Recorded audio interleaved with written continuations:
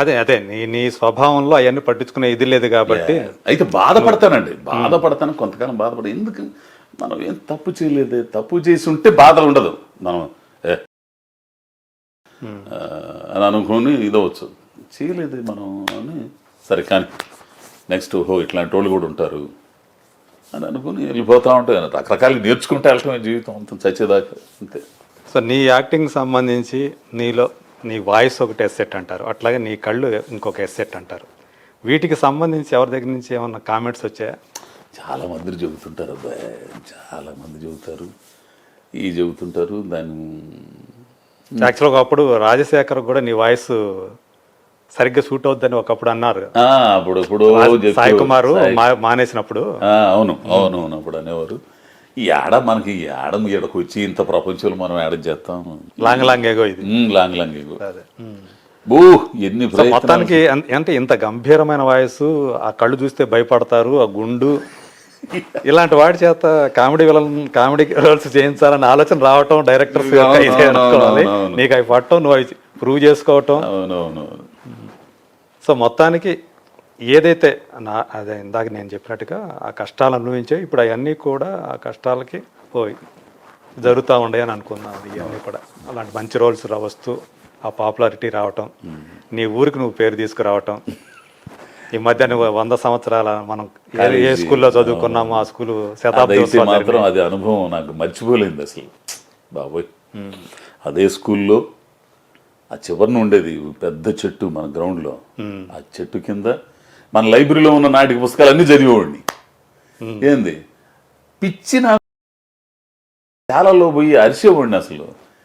ఆ డైలాగులు ప్రాక్టీస్ చేసేవాడిని. నన్ను నాకు దొంగరంగం ఈడేంది తిట్టేవాళ్ళు, ఇది చేసేవాళ్ళు, అవన్నీ తలుచుకుంటే నాకేమన్నా ఆనందం. ఓ పక్కన రామస్వామి చౌదరి మాస్టర్, సత్రం మల్లేశ్వరరావు, వీళ్ళందరూ కూడా. రామస్వామి చౌదరి మాస్టర్ అయితే నన్ను బాగా ప్రోత్సహించేవాడు, క్రాఫ్ట్ మాస్టర్. ఫస్ట్ ఇక్కడికి వచ్చిన తర్వాత, నేను హైదరాబాద్ వచ్చిన తర్వాత, హైదరాబాద్ వెళ్ళి ఉంటాం కదా అని చెప్పి మా మామయ్య ఒక ఆయన ఉన్నాడు, కాటర్ రవితేజ అని ఒక ఆయన ఉన్నాడు, కొబ్బరి బొండం డైరెక్టర్ అప్పట్లో. ఆయనకి ఫోన్ చేసి చెప్పి, మామయ్య ఒకటి పంపించాను అక్కడికి చూడంటే, ఆయన వెళ్తే అదరా నువ్వేనా మావాడు చెప్పింది అని చెప్పేసి ఆయన ఆరాధన సీరియల్లో క్యారెక్టర్ ఇచ్చి ఆయన నన్ను బాగా ప్రోత్సహించారు మన రామస్వామి చౌదరి మాస్టర్. ఇట్లన్నిటికంటే ముందు నేను బాగా అంటే మేకప్ వేసుకునే ముందు నేను గుర్తు చేసుకుంటానబ్బా బొడ్డెంగటి సుబ్బారావు గారిని, పెద్ద అబ్బాయి, ఆనమలిపేట. నాకు మొట్టమొదటిసారిగా 6వ తరగతిలో ఇడ్లీ తినప్ప దుడ్డుగుట్టప్ప అని నాకు నేర్పి, ఏకపాత్రాభినయం నేర్పి, మన యానివర్సరీకి పలగాని మాస్టర్ గారి దగ్గర తీసుకెళ్ళి, వాళ్ళు ఒప్పుకోకపోతే, కొందరు అక్కడ ఒప్పుకోకపోతే పలగాని మాస్టర్ వాళ్ళందరిని తిట్టి నా చేత ధర్మకర్తను చుండూరు ధర్మకర్త గాయం 2 ప్రొడ్యూసర్ అతను, నా క్లాస్మేట్. ఆడేమన్నా ఈశ్వరల్లా తేరేనామని చెప్పేసి అదొక ఏకపాత్ర మా ఇద్దరి చేత వేయించి, అసలు తను డైరెక్ట్ చేసిన నాటికి మీరైతే ఏం చేస్తారు కానీ ఇవన్నీ కూడా నా చేత చేయించి, డైలాగులో తూకం, ఫస్ట్ మాట తూకం ఎట్లా ఉండాలని చెప్పిన ఆయన బొడ్డెంగటి సుబ్బారావు గారు, పెద్ద అబ్బాయి గారు. ఆయన తలుచుకుంటా నేను. ఫస్ట్ కుమారస్వామి భోగలింగం మేకప్ మిల్ అప్పట్లో కాలేజీలో ఇంత కేకు రాసి తపా కొట్టి ఇంత మొహం ఇట్ట ఇదైపోయేది అనమాట అసలు. వాళ్ళిద్దరిని తలుచుకుంటా, భోగలింగం గారిని, కుమారస్వామి గారిని, వీళ్ళందరిని తలుచుకుని నేను మేకప్ అట్లా పెట్టుకుంటా. మర్చిపోలేం కదా క్రాఫ్ట్ మాస్టర్ గారిని కానీ, మల్లేశ్వర మాస్టర్ గారిని కానీ, వీళ్ళందరినీ వాళ్ళ ప్రోత్సాహం మామూలుగా కాదు. సో ఇప్పుడైతే హ్యాపీగా గడిపేస్తున్నావు, అయినప్పటికీ కూడా సింగిల్గానే ఉంటున్నావు ఇక్కడ హైదరాబాద్లో. ఏందో ఒంటరి జీవితం అంటే నాకు ఇష్టం అబ్బా. అంటే అడ్జస్ట్ కాలేదు నేను, అంటే అట్లా అయిపోయింది. 10-20 సంవత్సరాల నుంచి ఒంటరిగా బ్రతకడం, కుటుంబానికి దూరంగా ఉండటం. కాకపోతే ఏ 2 రోజులు మధ్యలో గ్యాప్ వచ్చి ఇంటికి వెళ్ళిపోతాను. నేనేమో 4 గంటలు 4:30 వీళ్ళెవరు లేగోరు, నిద్ర లేగోరు, నాకేమో కోపం. ఎప్పుడెప్పుడు వెళ్ళిపోతాడని ఎదురు చూస్తారు వాళ్ళు. నేను అట్లా అలవాటు అయిపోయింది అంతే. చిరంజీవి గారితో నటించే 3 అవకాశాలు మిస్ అయిపోయాను అబ్బాయి. అవునా? ఆ, ఏం 3 సినిమాలు? ఇది ఆచార్య పోయిందా, ఆ, ఈ రుద్రమాంపురం షూటింగ్ పెట్టుకుని అక్కడ చేస్తా గాడ్ ఫాదర్ ఓకే. అది పోయింది. ఆ, ఆ తర్వాత బాబీది పోయింది, ఓహో, వాల్తేరు వీరయ్య. వాల్తేరు వీరయ్య. అవునా? ఆ, ఆ, అసలు నాకు ఎట్ట ఉందంటే అట్ట ఉంది అసలు అసలు తెలిసిన. కానీ ఈసారి అయినా సరే ఆయనతో అంటే నువ్వు స్కూల్లో కాలేజీలో చదువుకున్న రోజుల్లోనే ఆయన నా కాలేజీలో చదివే రోజుల్లో వచ్చినట్టున్నాడు ఆయన, అవును. అంతే కదా? ఆ. ఇప్పుడు భోళా శంకర్ రిలీజ్ కాకపోతుంది. ఆయనతో చేయాలా. బాలయ్య బాబుతో అయిపోయింది. వీరసింహారెడ్డి చేసేసి. వీరసింహారెడ్డి అద్భుతమైన మనిషి అండి ఆయన. అవునా? బో ఉమ్. ఏందో అనుకుంటాం కానీ మాట్లాడాడా? నాతో అసలు ఘోష్ ఏంటి అని అన్నాడు. ఘోషు లేదండి ఇట్లా ఆహా కూర్చో అని చెప్పి నేను మా చీరాలంగా మొత్తం చెప్పేస్తాడు తెలిసిన. చీరాల్లో ఎంతమంది ఓటర్లు ఉంది, ఎన్ని కులాలు ఉన్నాయి, ఏంది వ్యవహారం మొత్తం చెప్పేస్తాడు. ఎవరెవరు రాజకీయ నాయకులు. ఆ, అమ్మని ఆయన అంత నాలెడ్జ్. అంత నాలెడ్జ్ అండి అసలు. ఉమ్. ఉపనిషత్తులు, శ్లోకాలు, వాళ్ళ నాన్నగారి డైలాగులు, పెద్ద ఆయన డైలాగులు అవి రోజు పారాయణం చేస్తూనే ఉంటాడు. చేస్తా ఉంటాడు. బా ఒక అద్భుతమైన మనిషి అసలు. అంటే బయట మనకి ఏదైతే ఇమేజ్ ఉందో, ఆ, ఏదో అంటే ఆయన మాట్లాడే తీరు కానీ అది చూస్తే అంతకాలం అందరు కూడా చెలవలు పలవలు చేసి కదా అన్స్టాపబుల్ తోటి మారిపోయింది. ఆయన మీద ఉన్న ఇమేజ్ చాలా వరకు మారింది. సో ఆయన నాలెడ్జ్ ఉన్న పర్సన్ ఏంటి అనేది. ఇప్పుడు షార్ట్ లో ఉంటే అప్పుడు దాకా మాట్లాడుతుంటాడు, నవ్విస్తుంటాడు, అవి చేస్తుంటాడు. ఓకే షార్ట్ అనగానే ఇప్పుడు దాకా మూడు మారిపోయింది కదా. ఆయన మాట్లాడే మాటలు, డైలాగులు, ఏ సంఘటనలు చెబుతుంటాడు కదా. ఓకే రెడీ అని అనగానే మీరు ఇట్లా మీ కంటిన్యూటీ ఇట్లా అన్నారు కదా. ఎదుటోడి కంటిన్యూటీ చెబుతాడు, కెమెరా చెప్తాడు. అసలు కెమెరా ఫోకస్ ముందు ఇదిగో ఇక్కడ దాకా వస్తా చూసుకో, ఇక్కడ దాకా మళ్ళా తర్వాత నీ ఇష్టం నేను అతను అందరికి చెప్తాడు. మీరు ఇట్లా ఉన్నారు, ఇట్లా ఉన్నారు. నేను అనగలను ఇట్లా అనాలా అంటే నువ్వు మర్చిపోయినా మర్చిపోడు అసలు. నీ కంటిన్యూటీ కూడా గుర్తుపెట్టుకుంటాడు అనమాట. అద్భుతమైన మనిషి అండి అసలు. డైరెక్టర్ ఏది చెప్తాడో అదే, అదెందుకు ఇది ఎందుకు అనేది బాబోయ్. సో అదొక మంచి ఎక్స్పీరియన్స్ అసలు. బాగా గుర్తు పెట్టుకుంటాను. అయితే ఒంగోలియన్ ఒంగోలియన్నా ఒంగోలు అక్కడ ఫ్రీ రిలీజ్ ఫంక్షన్ జరిగింది కదా మన ఒంగోలులో. అవునవును. వీళ్ళందరూ ఒంగోలియన్స్ మంగోలియన్ లాగా. అదే గోపిచంద్ అట్లా. సో రేపు భోళా శంకర్ రిలీజ్ కాబోతుంది. నీ అంచనాలు ఏంటి భోళా శంకర్ మీద? తిరుగులేదబ్బాయి, తిరుగులేదంతే. ఆయన ఏందో ఇక ఇంకొక 10 years చూపించేస్తాడు. వీళ్ళు ఆయనతో పోటీ పడడం ఇవన్నీ మధ్యలో అంత గ్యాప్ వచ్చినా 9-10 ఏళ్ళు గ్యాప్ వచ్చినా కూడా. ఎందుకంటే ఒక అంటే ఆర్టిస్ట్కి అతనుకున్న ఇది ఆయన కోట్లు మిలియన్స్ కాదు అసలు. ఆయనకున్న చరిష్మా, ఆయన చేసేది ఒక మోసలు వెళ్ళిపోయేదాన్ని మలుపు తిప్పాడు కదా. డాన్సుల్లో కానీ ఫైట్స్లో కానీ స్పీడ్ చూపించాడు కదా. వీళ్ళందరికీ ఆద్యుడు ఆయనే కదా. సో ఇప్పుడు వాళ్ళతో ఆయనతో పోటీ పడలేరు ఎవరు కూడా. ఇప్పటికీ సమస్య లేదంతే. సో మొత్తానికి ఆయనతో యాక్ట్ చేసే అవకాశం కోసం ఎదురు చూస్తుంది అంతే. ఇంకేంటి నీకేమన్నా పాలిటిక్స్ ఏమన్నా మనసు ఏమో చేస్తానేమో తెలియదు. ఈ ఎలక్షన్స్ లో మాత్రం ఏదో ఒకటి చేయాలని ఉంది నాకు. అదే ఆల్రెడీ అడుగుతున్నట్టున్నారు. అడుగుంది, వెళ్ళాలనే ఉంది నాకు. ఎటువైపు ఇంతకీ మార్పు రావాలి, మంచి ఎవరైతే చేస్తారో మంచి మొత్తానికి మార్పు రావాలని కోరుకుంటున్నాం. మంచి ఎవరైతే చేస్తారో వాళ్ళ తరఫున ఖచ్చితంగా. ఏమన్నా జనసేన నుంచి ఏమైనా వచ్చింది ఆఫర్? లేకపోతే పాపం ఎవరేం అనలేదు, జనసేన కానీ ఎవరేం అనలేదు. కాకపోతే ఏంటంటే చెయ్యాలి ఏదో ఒకటి అని చెప్పేసి ఆలోచన. ఇప్పుడు ఎలా ఉంది అనుకుంటున్నావు? ఏమన్నా నీ అభిప్రాయం ఏమన్నా చెప్పగలుగుతావా అక్కడ? ఏముంది అసలు అంటే రాజకీయాలు అంటే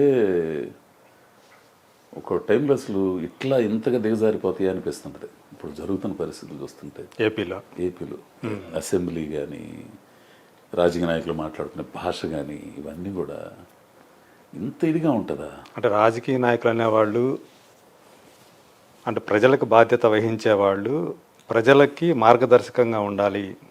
వాళ్ళ నుంచి నేర్చుకుంటారు, వాళ్ళ నాయకుల నుంచే జనం నేర్చుకుంటారు ఎక్కడైనా సరే. కానీ ఇప్పుడు అక్కడ మనం ఎక్కడైనా సరే మామూలుగా చూస్తూ ఉంటే ఇవాళ ఒక్క ఏపీలోనే కాదు అసలు టోటల్గా వాళ్ళ ప్రవర్తన కానీ వాళ్ళ భాష కానీ ఇన్ని వేల కోట్ల మంది ఉన్న మనుషులు పన్నుల రూపంలో కట్టిన వేలాది కోట్ల రూపాయల ధనాన్ని వాటికి ధర్మకర్తలుగా ఉండాలి కదా మీరు అక్కడ. ప్రజల చేత ప్రజల కొరకు ప్రజలే పాలించుకునే ప్రజాస్వామ్య వ్యవస్థలో నువ్వు ప్రజాప్రతినిధి అక్కడ పెట్టారు. మా సంక్షేమం చూడరా, మమ్మల్ని పాలించరా, మేము పనులు చేసుకుంటున్నాం, ఇంత దేశాన్ని నువ్వు చేయాలని నీకు ఒక బాధ్యత అప్పు చెప్తే నువ్వు సేవకుడివి. నీ ముల్లికాడిది ఏమి ఇవ్వట్లేదు అసలు. అవును, నువ్వు ఏది చేసినా జనం సొమ్మేగా. జనం సొమ్ముకి ధర్మకర్తగా ఉండాల్సిన వాడివి నువ్వు దైవాంశ సంభూతుడిగా పైనుంచి ఊడిపడ్డోళ్ళగా నేను అది ఇచ్చాను ఇది ఇచ్చాను అంటాడు ప్రతివాడు. నాకు ఎప్పటికీ అర్థం కాదు. సొంత సొమ్ము ఇస్తున్నావా? రాజకీయాల్లో రాకముందు నీ ఆస్తి ఎంత, రాజకీయాల్లోకి వచ్చిన తర్వాత నీ ఆస్తులు ఎంత ఒకసారి లెక్క దీ దమ్ముంటే. అసెంబ్లీ సాక్షిగా, పార్లమెంట్ సాక్షిగా రాజకీయాల్లోకి రాకముందు నీ ఆస్తులు ఎంత, ఇప్పుడున్న నీ ఆస్తులు ఎంత, నీ బినామీలు ఎవరెవరు, దమ్ముంది ఎవరికన్నా? ఎవరికి లేదు. నేను అంత ఇచ్చాను, నేను అంత చేశాను, అది చేశాను, ఇది చేశాను, నాకు ఇప్పటికీ అర్థం కాదనమాట. వేల కోట్ల రూపాయలు ఏది పెంచినా కానీ ఏడి దగ్గర నుంచి వసూలు చేయాల్సిందే కదా. అదే ఏదైనా చేశారంటే మేము చేసామని అంటారు. ఏంటో నాకు ఇప్పటికీ అర్థం కదండి. నీ విలాసాలు, నీ ఇది ఇంకొకటి నాకు ఇప్పటికీ అర్థం కాదు. రాజ్యాంగాన్ని పరిరక్షించడానికి, రాజ్యాంగ ప్రతినిధులు పరిరక్షించడానికి పోలీసు వ్యవస్థ ఉంది. ఆ పోలీసు వ్యవస్థను కూడా నీరు గారుస్తున్నారే. మీరు నీతి నిజాయితీగా ఎన్నికల్లో గెలిచిన వాళ్ళు అయితే ఎవడన్నా కానీ వాళ్ళు ప్రొటెక్షన్ లేకుండా మీరు రాలేకపోతున్నారు. మీరు ఒంటికి వెళ్ళినా ముళ్ళ గన్లు పెట్టుకుని వీళ్ళందరూ పాపం కాపలా ఉంటేనే మీరు వెళ్తారు. మీకెందుకు అంత భయం? ఇప్పటికే కరెక్ట్ చేసేవాడికే భయాలు ఉండదు, తప్పు చేసేవాడికే కదా. అతను ప్రజాప్రతినిధిగా నువ్వు ఎట్లాంటి వాడైనా సరే ప్రొటెక్షన్ ఇవ్వాల్సిన బాధ్యత ఉంటుంది. నువ్వు చెప్పొచ్చు నాకెందుకు నాయన, మీరు మీ పనులు మీరు చేసుకుంటారు అనొచ్చు కదా.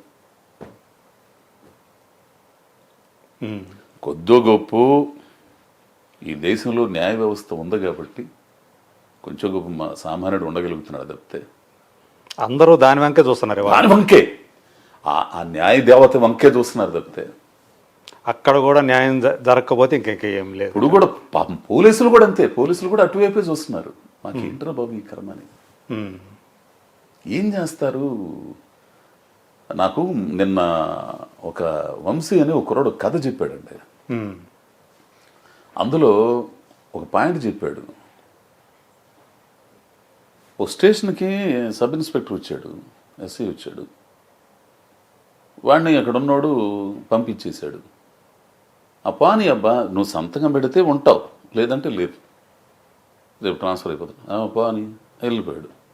నెక్స్ట్ వచ్చేవాడు కూడా అట్లానే చేసి ఆ పాని ఎంతమందిని మారుస్తాడు,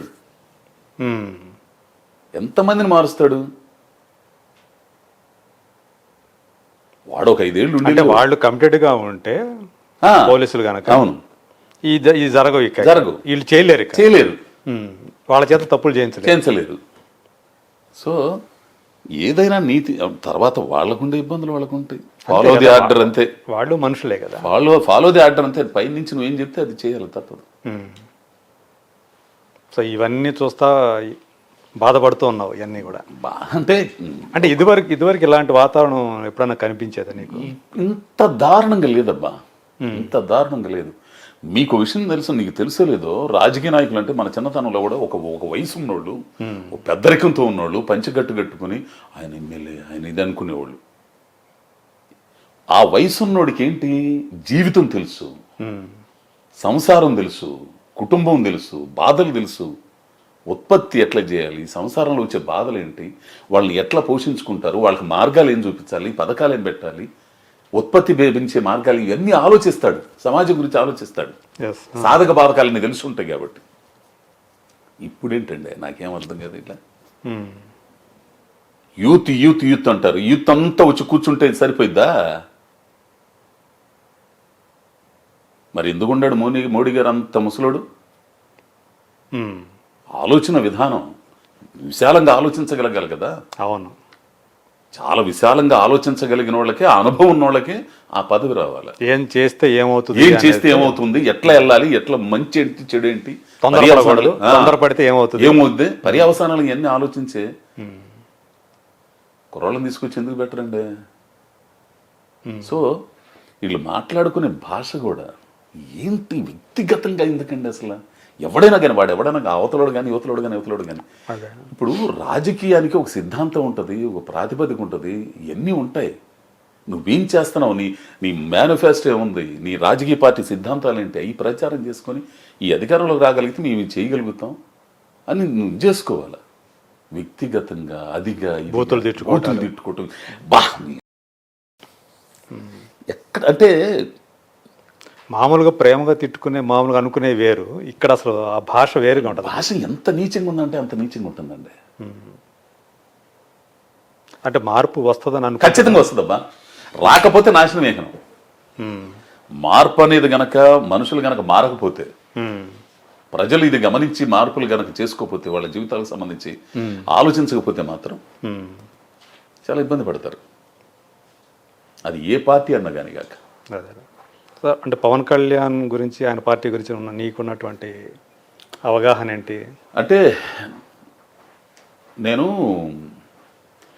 ఇంకోళ్ళ దగ్గర నుంచి కొనికి వెళ్తున్నా. కొనికి మీద కూడా హైదరాబాద్ రోడ్ అద్దంకి మీద నుంచి కొంచెం దగ్గరగా ఉంటుంది రూట్ అని చెప్పి సట్ వెళ్తుంటా.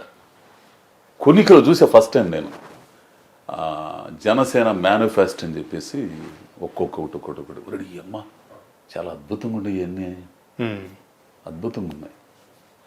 ఈ జనంలోకి అంటే అందులో నేను బాగా అట్రాక్ట్ చేసినవి ఏంటి ఆ మేనిఫెస్టోలో? సమన్యాయం. ఓకే, ఏంది ఇవన్నీ బ్రహ్మాండంగా ఉన్నాయి. ఇవన్నీ కూడా కరెక్ట్గా చేస్తే ఇది బాగా మంచిగానే ఉంది. కమ్యూనిస్టు పార్టీ ప్రణాళిక దగ్గరగా ఉంది ఇది. ఇవన్నీ బాగున్నాయి. వీటిలన్నిటినీ గ్రౌండ్ లెవెల్లోకి తీసుకెళ్ళాలిగా. అవును. కొన్ని పార్టీలు ఇప్పటికీ నిలబడి ఉన్నాయి అంటే, కమ్యూనిస్టు పార్టీలు నిలబడి ఉన్నాయి అంటే, సీట్లు వస్తున్నాయా రావా అనేది పక్కన పెట్టండి. వాళ్ళకు ఉన్నారంటే ఒక గ్రౌండ్ లెవెల్ ఉంది, ఒక ఎర్రజెండా చూడంగా ఒక నమ్మకం, ఒక ఇది. ఇప్పుడు మామూలు బుర్జువా పార్టీలో ఉన్నోళ్ళకి కూడా కమ్యూనిస్టులు ఉండాలని కోరుకుంటారు. ఓకే, ఉండాలని కోరుకుంటారు. వాళ్ళకి రేపు గవర్నమెంట్ మీద పోరాటం చేయడానికి కూడా ఏదైనా ఉద్యమాలు చేయాలన్నా కానీ, రేట్లు పెంచారు, ఆర్టీసీ పెంచారు, విద్యుత్ పెంచారని చేయాలని ఈ పార్టీలు చేయాలన్నా, ఈ బుర్జువా పార్టీలు చేయాలన్నా కానీ వీళ్ళు అండ కావాలా. వీళ్ళు ఎందుకంటే నిజంగా నిలబడి ఉంటారు కాబట్టి, పోలీసు వాళ్ళు తమ్ముళ్ళు తింటారు కాబట్టి ఏండి. సో అట్లానే ఇది గ్రౌండ్ లెవెల్లో ఆ సిద్ధాంతాన్ని తీసుకెళ్ళగల కార్యకర్తల్ని మనం ఎందుకు పనిచేస్తున్నాం, ఎందుకు ఉండాలి, వ్యక్తి పట్ల అభిమానం కరెక్ట్గా ఉండాలి. ఉంటేనే వ్యక్తి పట్ల అభిమానాన్ని, ఆచరణని ఆ సిద్ధాంతపరంగా మలుచుకోగలిగారు. ఓకే, అది ఎక్కడో కొంచెం లోపెత్తుందేమో అనిపిస్తుంది ఒక్కొక్కటిలో. ఆ పార్టీలోనా? అంటే ఆ గ్రౌండ్ లెవెల్లో బాగా ప్రిపేర్డ్ అవ్వాలి. ఆయన అయితే చెబుతున్నాడు, మీరు ఏళ్ళ చప్పట్లు వేయటం కాదు, ఓట్లు ఏంట్రా బాబు, ఏంది ఊరు లేరు, ఆయన పని చేయాలిడా, పని చేస్తేనే డబ్బులు, ఆ డబ్బులు తీసుకెళ్ళి ఖర్చులు పెట్టాలా ఆడ, ఏంది సొంత డబ్బులు ఖర్చులు పెట్టాలా. పాపం ఆయన ఏమైనా మొత్తం ఒరి ఇంత కష్టపడుతున్నాడు. మనకి ఇది కూడా మనం రాజకీయంగా ఎదగాలి, అసలు ఎందుకు పని చేయాలి ఆయన దగ్గర, ఏ పార్టీ అయినా కానీ మనం ఎందుకు పని చేస్తున్నాం, అవసరం ఏంటి మనకి, మన పని మనం చేసుకోవచ్చు కదా. అసలు ఒక పార్టీలో అవకాశాలు లేక ఇంకో పార్టీలో చేరదాం, ఆ పార్టీలో చేరితే ఏమైనా బెనిఫిట్ కలుగుతుందేమో, ఈ రకంగా చేరతారు. ఏ పార్టీ వచ్చినా కానీ ఉంటాయి, వలసలోనే ఉంటాయి, అటు ఇటు చేరటం ఉంటాయి, ఎన్నో ఉంటాయి. ఆ సిద్ధాంతాల మీద చేసే ఇది కనపడట్లేదు ఎక్కడ కూడా, ఎక్కడైనా స్వార్థమే. సో అయితే ఈసారి అయితే మొత్తం 2024 ఎలక్షన్లకు సంబంధించి క్రియాశీలంగా అజయ్ ఘోష్ ఏమన్నా పనిచేసే అవకాశం ఉందా? క్రియాశీలంగా అంటే ఏదో చెయ్యాలని ఉంది, ఇంకా ఒక స్పష్టమైన దీనికి రాలేకపోయాను.